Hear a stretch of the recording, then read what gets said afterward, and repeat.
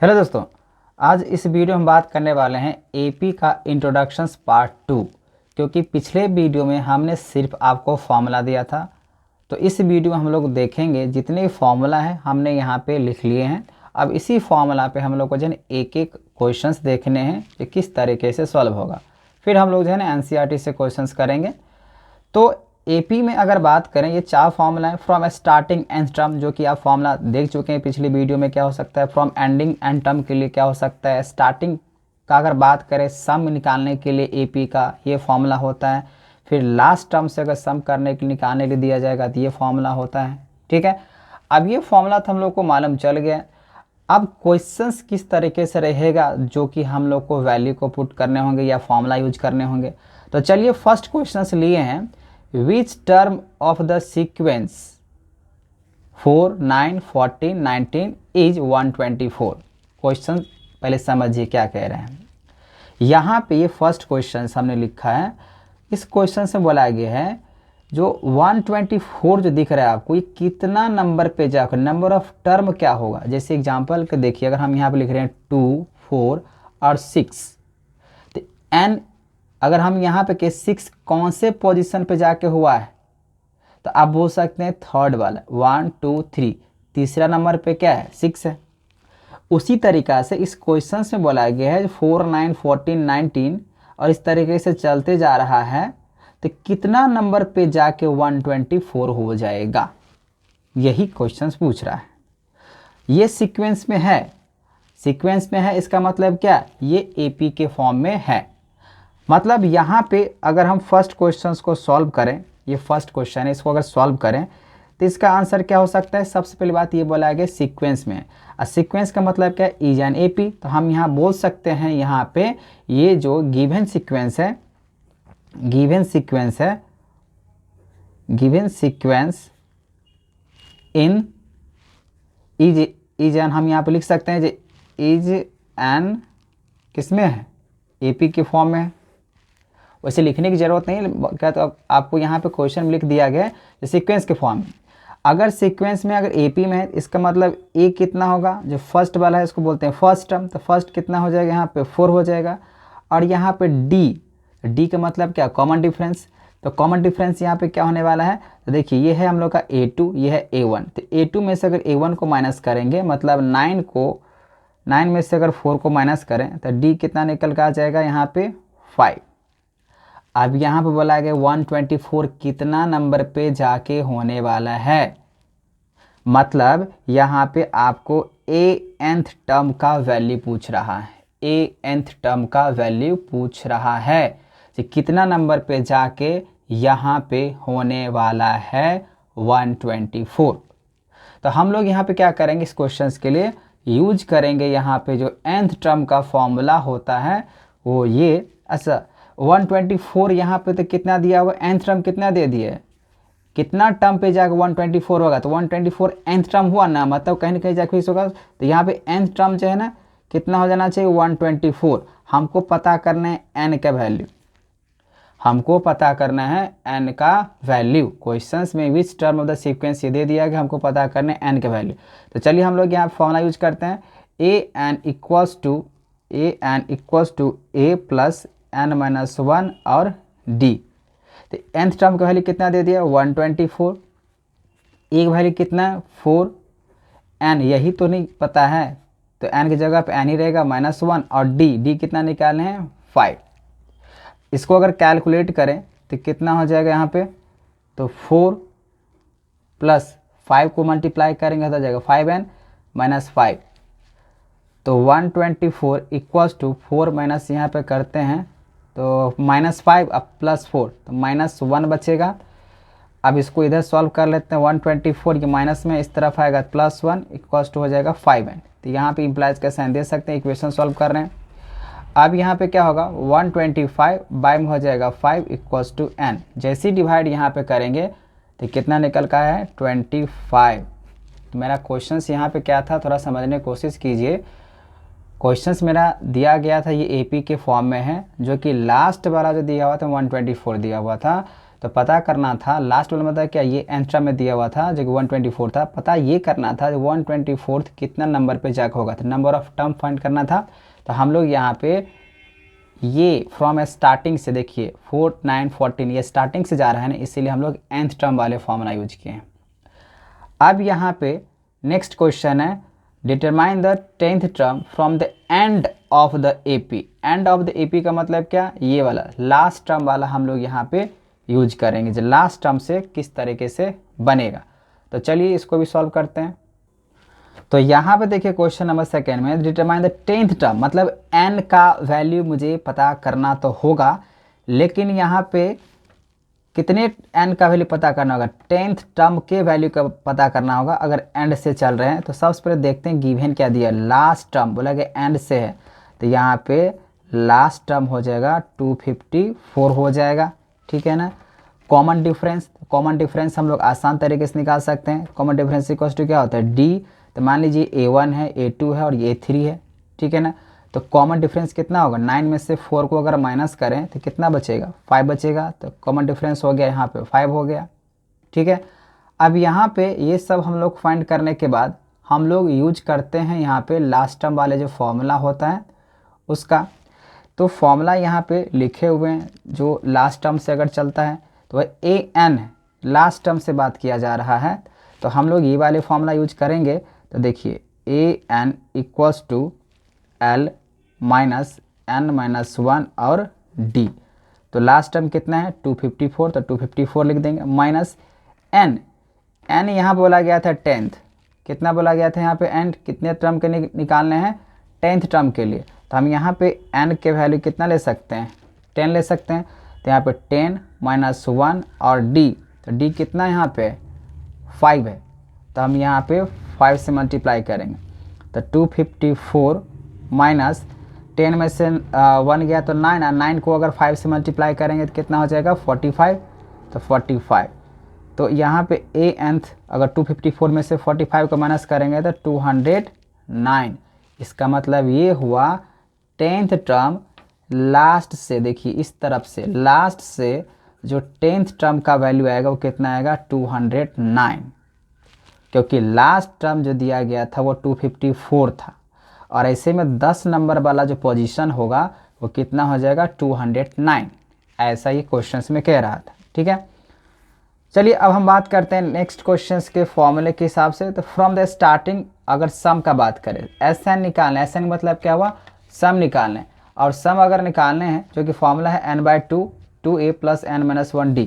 तो ये हम इसके लिए क्वेश्चंस लिए हैं यहाँ पे थर्ड वाला। देखिए जितने टाइप के यहाँ फॉर्मूले हैं उतने टाइप के हमने क्वेश्चंस लिया ताकि आपको थोड़ा बहुत यहाँ पर समझ में आ जाए, फिर क्वेश्चंस करेंगे उसमें और क्लियर समझ में आ जाए। Find the sum of 20 term of the AP।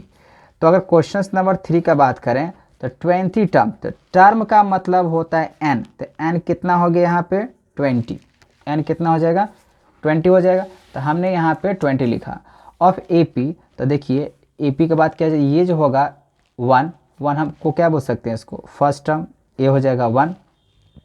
D का अगर बात करें तो D कैसे निकालते हैं, तो ये A1 है, A2 है, A3 है, A4 है, तो ये AP के फॉर्म में है, ऐसा क्वेश्चंस बोला है।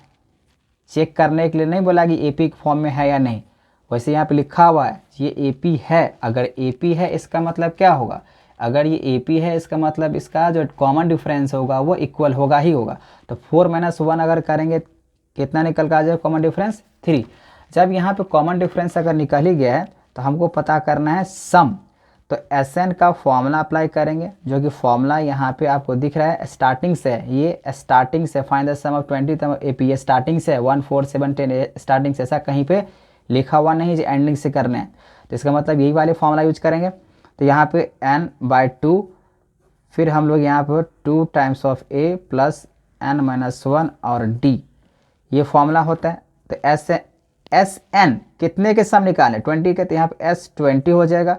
n की जगह पर देखिए n की जगह पर कितना लिखना है 20, तो यहाँ भी 20 लिखना पड़ेगा। तो 20/2, फिर 2a की जगह पे कितना रखना है यहाँ पे 1, प्लस फिर n की जगह पे कितना लिखा आएगा, यही n है ना, सब जगह पर जहाँ जहाँ पे जो n नजर आएगा यही वाला n चला जाएगा। तो 20 - 1, और फिर कॉमन डिफरेंस कितना का जा रहा है 3 का, तो ये 3 हो गया। ठीक है। तो ये तो फॉर्मूला हमने यहाँ पर रख दिया।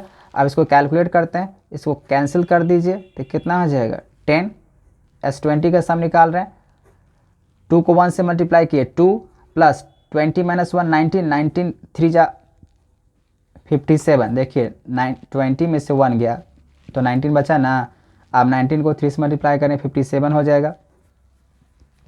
अब ब्रैकेट का काम होता है, इसको मल्टीप्लाई करेंगे 57 प्लस 2 कितना हो जाएगा 59, तो 59 इसको मल्टीप्लाई कर लिया जाए तो 590, तो 20 टर्म का जो सम होगा वो कितना होगा 590।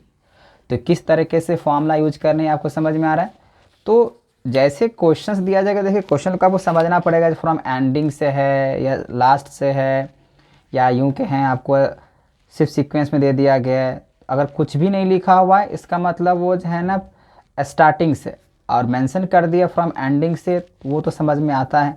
यहाँ पे भी आपको नज़र आता है, यहाँ पे भी समझ में आ रहा है किस तरीके से। चलिए अब यहाँ पे देखिए जो क्वेश्चन नंबर 4 है, जो कि फॉर्मूला जो है ना हम लोग 4th पे काम करने वाले हैं। Last term Sn n/2 a plus L, तो यहाँ पे भी देखिए फाइंड द सम लिखा हुआ है और ये डॉट डॉट डॉट के लास्ट टर्म दे दिया है। ये लास्ट टर्म अगर दे दिया गया है तो इस लास्ट टर्म से हमको जो है ना सम पता करना है। अगर लास्ट टर्म से अगर सम पता करना है तो उसके लिए मुझे क्या करना होगा, सबसे पहले मुझे इसका n पता करना होगा, क्योंकि कितने का सम करना है ये नहीं पता है। तो चलिए क्वेश्चंस को हम यहाँ पे लिख लेते हैं। बोला गया है find the sum, find the sum है किसका, तो 34 प्लस 32 प्लस 30 प्लस 100 ऑन नहीं करके प्लस यहाँ पे दे दिया 10। अब इसका मुझे निकालना है सम। तो इसका अगर मुझे सम निकालना है तो सम हम किस तरीके से निकाल सकते हैं, फॉर्मूला आप यहाँ वीडियो में देख चुके होंगे। अब अगर इसका सम निकालना है तो सम निकालने के लिए हम लोग को क्या करना होगा, तो चलिए देखते हैं। तो लास्ट टर्म का अगर बात करें, जो लास्ट टर्म दिख रहा है यहाँ पे, ये तो फर्स्ट टर्म है। तो चलिए सबसे पहले लिखते हैं यहाँ पे जो फर्स्ट टर्म क्या है, तो गिवन जो होता है उसको लिखना पड़ता है। तो गिवन ए फर्स्ट टर्म हो जाएगा यहाँ पे 32। इसके बाद कॉमन डिफरेंस अगर बात करें तो 32 में से देखिए प्लस का साइन दिया हुआ है, इसका मतलब कुछ नहीं, सम करना ही है। 32 में से 34 को अगर माइनस करें तो कितना बचेगा, 32 में से 34 को, 32 में से 34 को फिर से समझिए यहाँ पे कॉमन डिफरेंस निकालना है। तो ये next number minus previous number, तो 32 माइनस 34, तो कॉमन डिफरेंस कितना निकल का आ गया, -2 निकल का आ गया। ठीक है, और यहाँ पे कितने टर्म के लिए निकालने हैं ऐसा नहीं बोला गया है। तो अगर नहीं बोला गया है तो हमको निकालना पड़ेगा, क्योंकि यहाँ पे 1 2, अच्छा ये लास्ट टर्म कितना दिया हुआ 10 लिखा हुआ है ना। तो लास्ट टर्म अगर 10 लिखा हुआ है तो हम यूज करेंगे लास्ट टर्म से। यहाँ पे जो लास्ट टर्म कितना दिया हुआ है 10, तो अगर लास्ट टर्म दिया हुआ 10 तो लास्ट टर्म ही क्या होता है, nth होता है। वो इक्वल टू कितना हो गया 10 हो गया। लास्ट टर्म कितना है, जैसे 34 32, तो इस तरीके से जा रहा है। कितना नंबर पे जाके हुआ 10 वो नहीं पता है, तो वो तो निकालना पड़ेगा। जैसे मान लीजिए 34 पहला नंबर पे, n1 अगर पूछा जाएगा तो आप क्या बताइएगा 34, n2 बताया जाए क्या बताइएगा 32। इसी तरीके से ये 10th तो है, लेकिन कितना पोजीशन पे है, वो 10 पे है, 14 पे है, 16 पे है, 20 पे है, ये नहीं पता है। तो पहले ये हमको निकालना पड़ेगा। तो उसके लिए हम लोग फॉर्मूला यूज कर लेते हैं nth वाला, an plus a plus n-1 और क्या हो जाएगा d। तो यहाँ पे nth जो कि ये कहलाएगा, लास्ट टर्म ही nth टर्म कहलाता है, लास्ट टर्म ही nth टर्म कहलाता है। तो यहाँ पे रख देंगे 10, एक वैल्यू कितना है यहाँ पे 34 प्लस n, यही तो पता नहीं है, तो ये तो पता करना है कितना पोजीशन पे, तो 1, और d तो पता है यहाँ पे -2 हो जाएगा। अब इसको अगर कैलकुलेट करते हैं 10 34 माइनस को इससे मल्टीप्लाई करते हैं -2n, माइनस माइनस कितना हो जाएगा +2, 34 + 2 कितना हो जाएगा 36 -2n। अब ये 10 इम्प्लाई साइन दे दीजिए। अब 36 इधर चला जाएगा, 36 minus 10 minus 36 equals to -2n। तो माइनस कितना हो जाएगा, -26। तो -26 equals to -2n, minus minus cancel हो जाएगा, होगा ना। अब यहाँ पे 26/2 ये n कट गया तो 13, n का वैल्यू कितना निकला 13। मतलब इस क्वेश्चंस में जो ये लास्ट टर्म दे दिया गया था 10, इसका मतलब कितना नंबर पे ये है, तो 13th नंबर पे जो है ना ये 10 लिखा हुआ है, ठीक है। अब जब ये निकाल ही लिए हैं तो अब हमको सम करना है लास्ट टर्म से 10th वाले, मतलब सम जो करना है इस तरफ से सम करना है, लास्ट टर्म से सम करना है, ठीक है। तो लास्ट टर्म से अगर सम करना है तो उसके लिए हम लोग क्या यूज कर सकते हैं, Sn इक्वल्स टू n/2 और फॉर्मूला होता है a+l। n तो निकाल लिए 13 है, 13 बाई कितना हो जाएगा 2 हो जाएगा। कितने के लिए यहाँ पे s, देखिए n के जगह पर 13 लिखे, इसका मतलब यहाँ भी 13 लिखाएगा। a, तो a कितना होगा, a तो यही लेना पड़ेगा, 34 है तो 34 ही लेना पड़ेगा। और लास्ट टर्म कितना दिख रहा है आपको 10, तो 10 ही लेना पड़ेगा। अब 13/2 इंटू कर लेते हैं क्योंकि ब्रैकेट ओपन करने बने, तो यहाँ पर हो जाएगा प्लस करेंगे तो 44 हो जाएगा।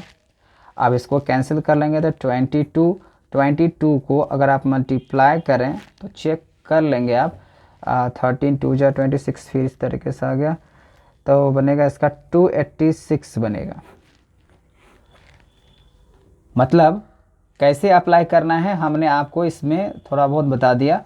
अब हम लोग जब क्वेश्चन सॉल्व करेंगे तो आपको प्रॉपर तरीके से समझ में आ जाएगा। आई होप आपको ये इंट्रोडक्शन वीडियो आपको समझ में आ गया होगा।